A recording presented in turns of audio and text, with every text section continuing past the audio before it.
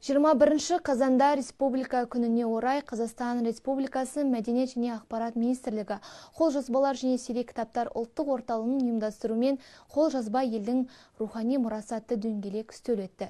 Іс-шараның мақсаты қазақ халқының рухани және мәдени мұрасы саналатын қолжазбалардың тарихи, ғылыми және мәдени маңызын талқылап, оларды зерттеу, сақтау және кейінгі ұрпаққа жеткізудің жолдары қарастырылды.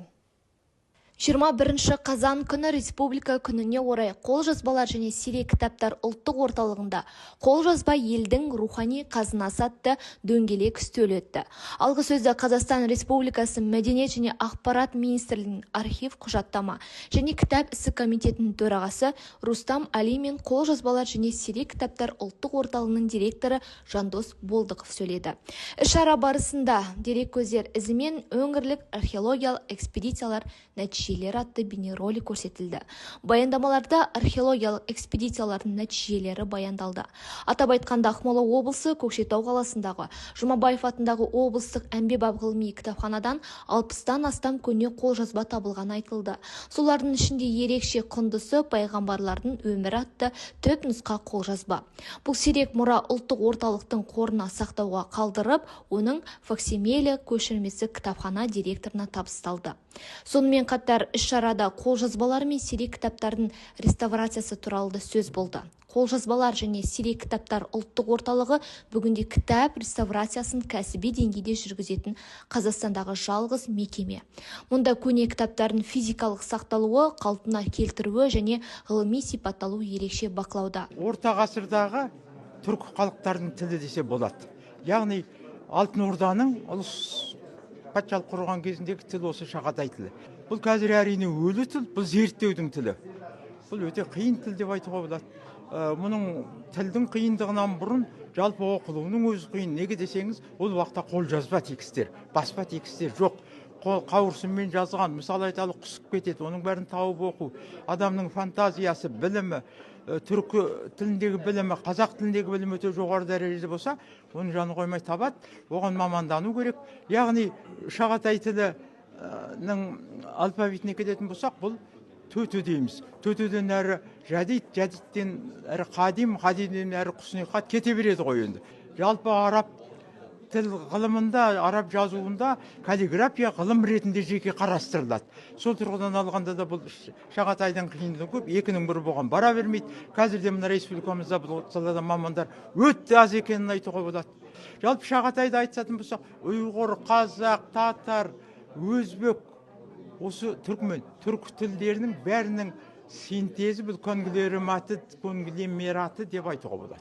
Дөңгелек үстелге қатысқан Қазақстан мұсылмандар діни басқармасы сараптама бөлімінің меңгерушісі Нұрлан Қайырбеков өз сөзінде дін мен дәстүр сабақтастығының маңыздылығына тоқталды.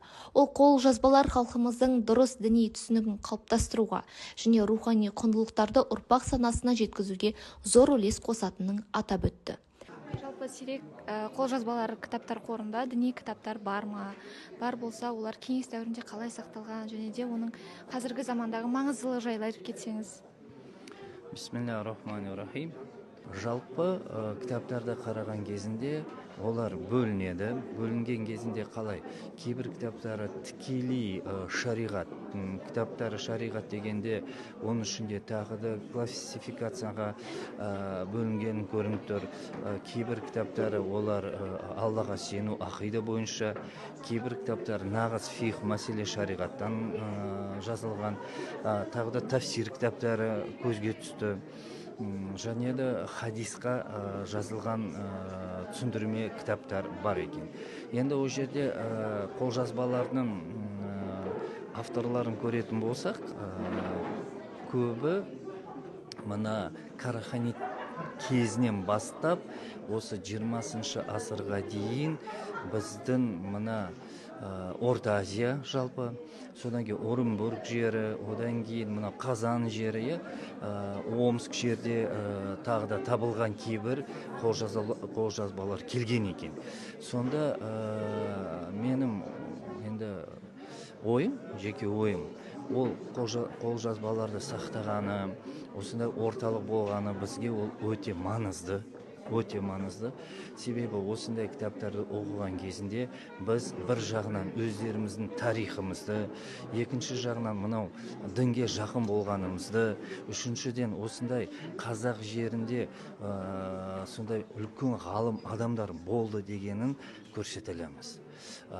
Сондықтан осындай қолжазбаларды сақтау білу керек, және де оларды зерттеу және олармен жұмыс істеу ол біздің міндетіміз деп ойлаймын. Қолжазбалар ұлт тарихының тірі куәгері. Оларды сақтау өткенге тағзым, болашаққа аманат.